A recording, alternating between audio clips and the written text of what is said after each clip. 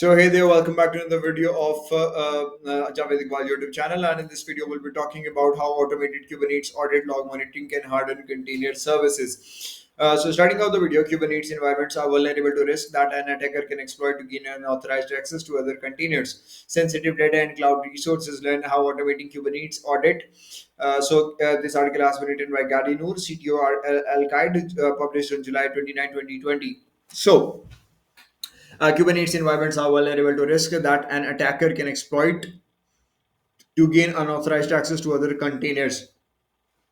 Sensitive data and cloud resources. Gadi Noor, CTO of Al Qaeda, explains how automating the audit log monitoring process can give security teams unprecedented observability of Kubernetes environments, thereby empowering them to stay on top of threats to their infrastructure. In April, the US Department of Homeland Security (DHS) issued a joint alert with the UK, United Kingdom National Cybersecurity Center (NCSC), warning that malicious cyber attackers were exploiting the COVID-19 pandemic. The alert was echoed by a more recent ISC Square survey in which 23% of cybersecurity professionals reported cybersecurity incidents has increased since the shift of remote work.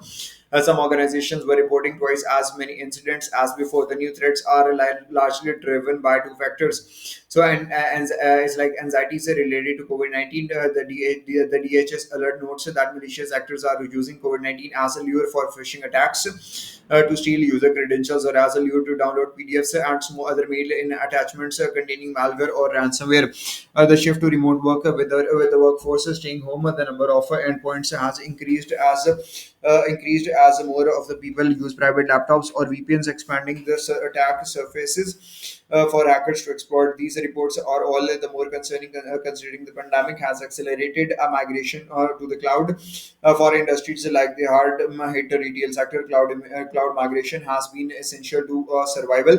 When demand shifted almost overnight from in-store to online, many retailers were unable to accommodate the surge in demand for applications and services running on their private servers necessitating a move to a cloud native architecture of microservices and containers, with Kubernetes being the delivery vehicle for those new architectures.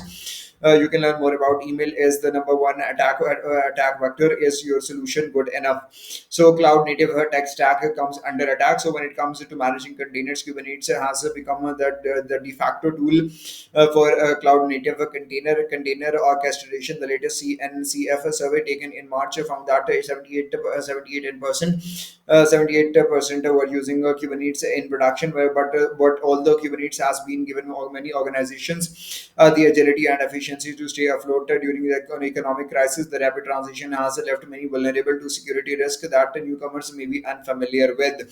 So, what's many enterprise IT teams are less equipped to deal with threats than before the pandemic. In the previously mentioned ISC Square survey, 47% of respondents said that they had been redeployed from their typical security duties to assist with the other IT related tasks such as equipping a mobile workforce. This combination of inexperience and inattention can leave organizations with Kubernetes environments that are not configured with best practices in mind. For example, containers with misconfigured rules-based access control (RBAC) policies can give opportunistic cyber criminals a window for lateral movement between pods and containers. Privilege escalation and unauthorized data access or manipulation. Organizations should also be prepared to govern how remote workers access their Kubernetes-based cloud native infrastructure. Remote work has expanded the attack surface as each endpoint used by a remote worker serves as a potential entry point for cyber criminals to infiltrate an organization's cloud environment. Learn more about how to use SDB to eliminate VPN backdoors.